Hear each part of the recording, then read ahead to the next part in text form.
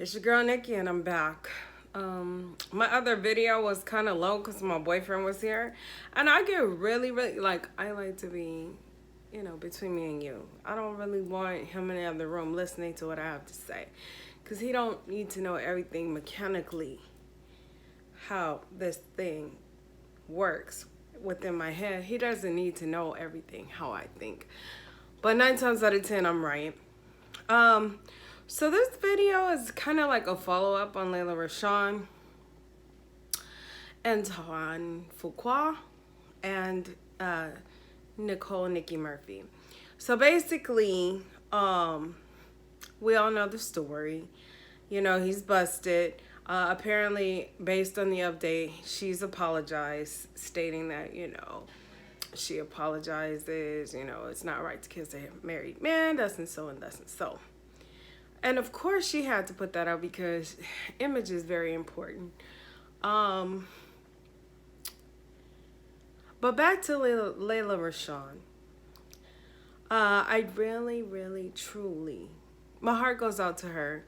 And to anybody that's in this predicament, like, you notice things, you notice changes in your mate.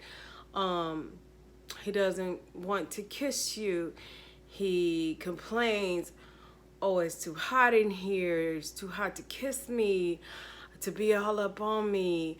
I don't really want to watch that. I'm not in the mood to watch that. I don't feel like eating right now. When you cook, anything and everything irritates him. Everything you do, even if you say, well, you know what? The fire hasn't really been burning between us. I think, you know what? I'm going to call my girl and kind of change my look and, give me a cute little bob. Or I'm going to stop at MAC and get me a new lip gloss. Or you make efforts to change yourself because on the outside, the environment is changing. His attitude towards you is changing. And you can't fathom why. What did I do? I've been cooking the same food.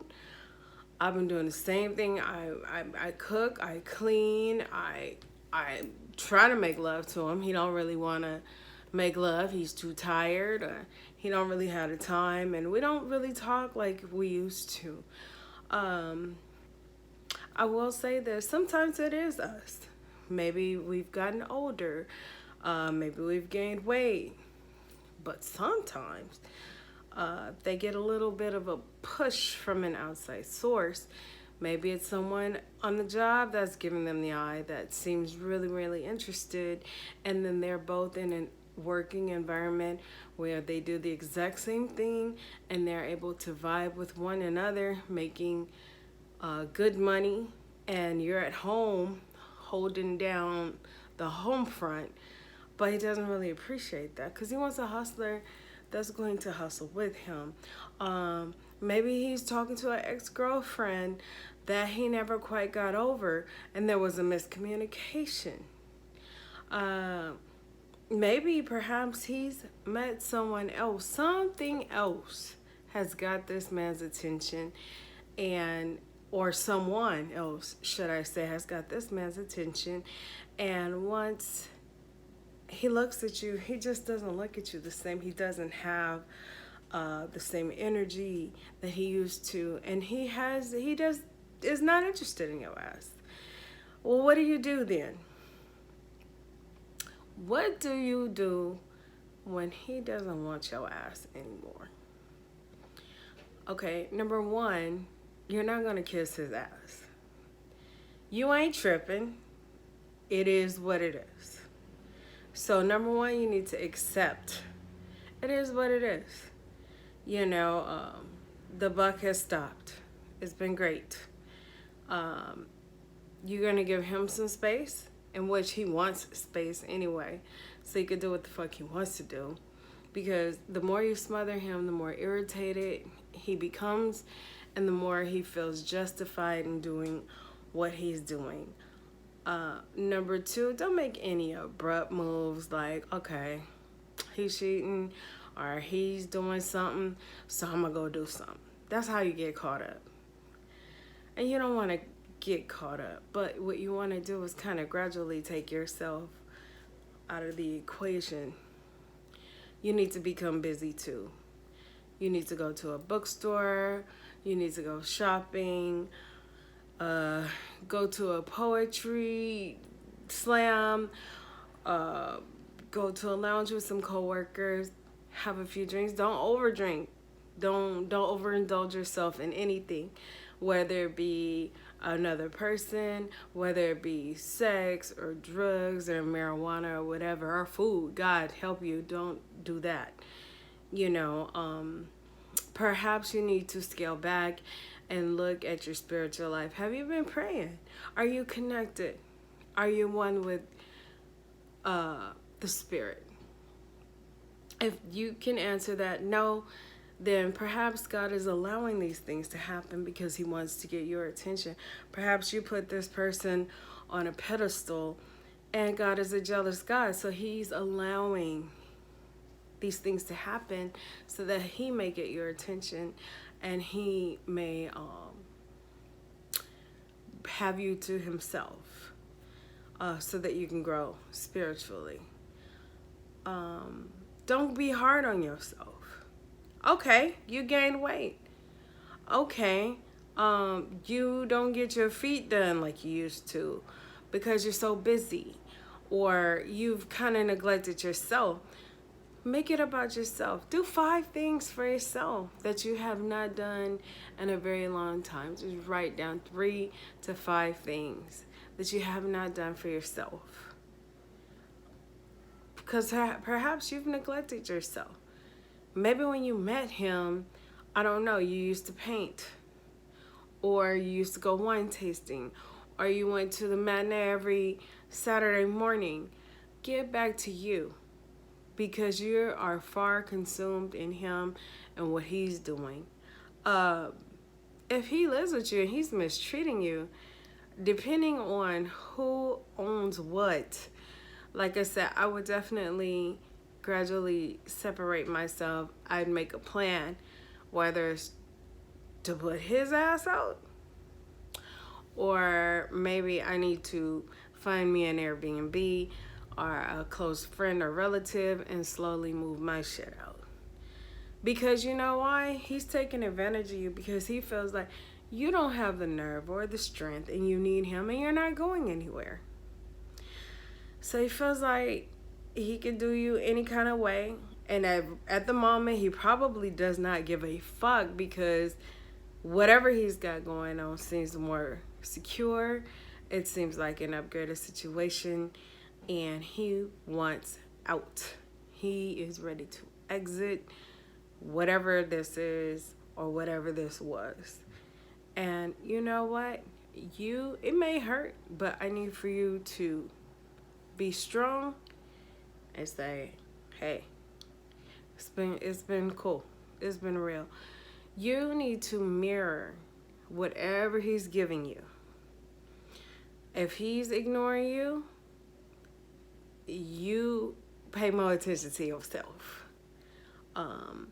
If he's irritated by you, stay the fuck out the way and make a plan for escape, or perhaps make a plan for him to exit, because it's obvious that he's not happy, and at the end of the day, you need a place where you can come to.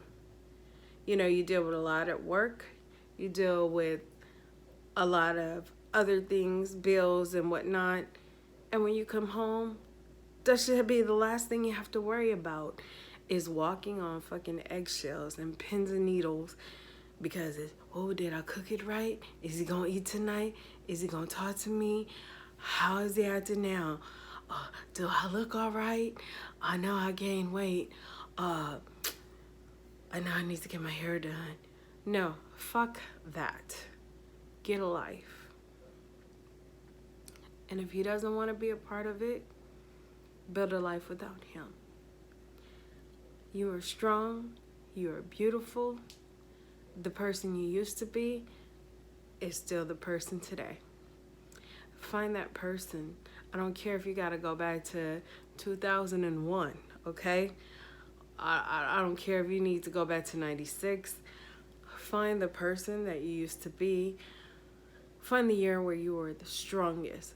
Look into some pictures, some old pictures of yourself where you felt proudest, where you looked the best, where no one could tell your ass shit.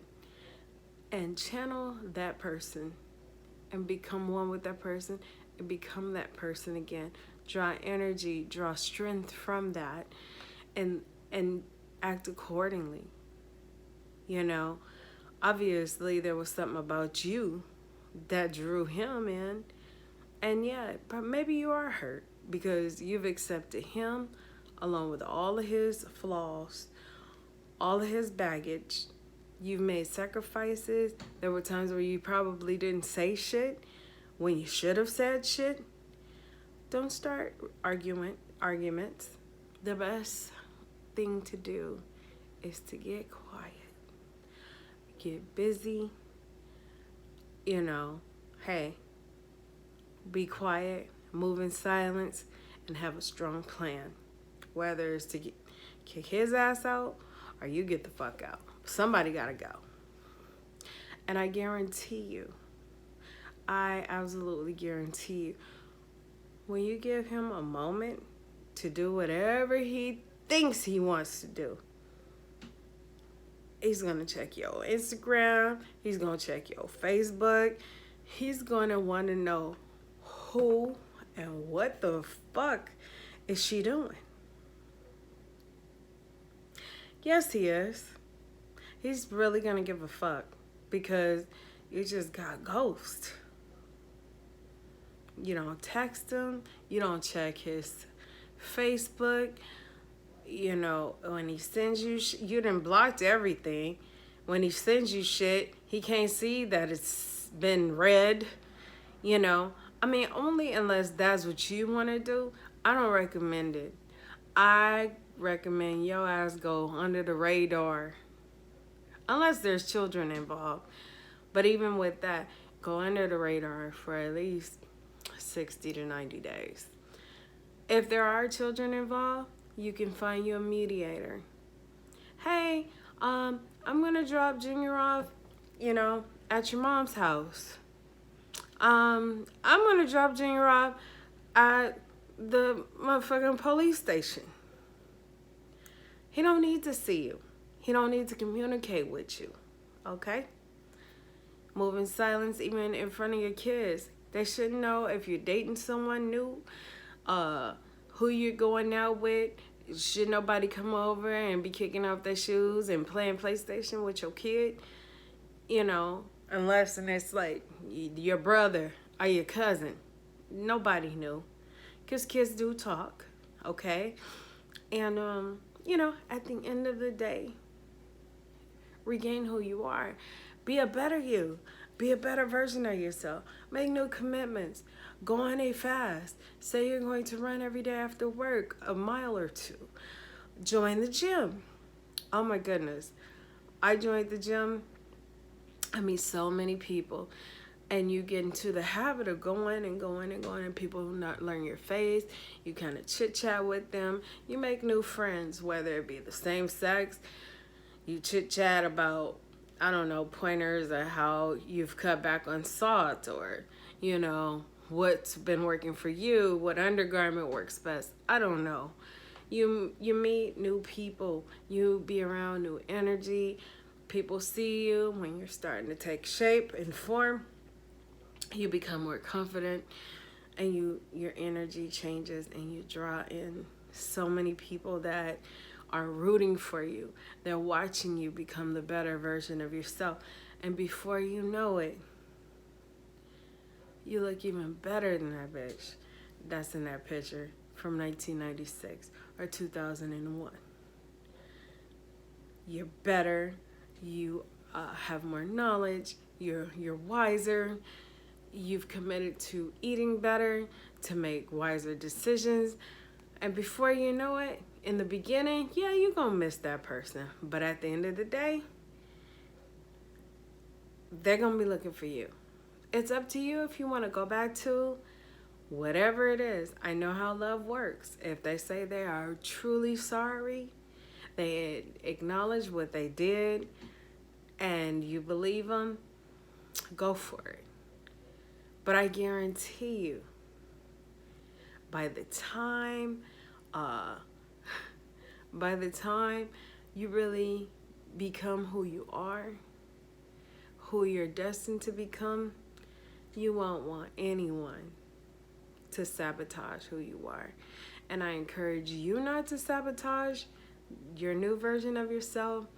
And please don't let anyone from your past sabotage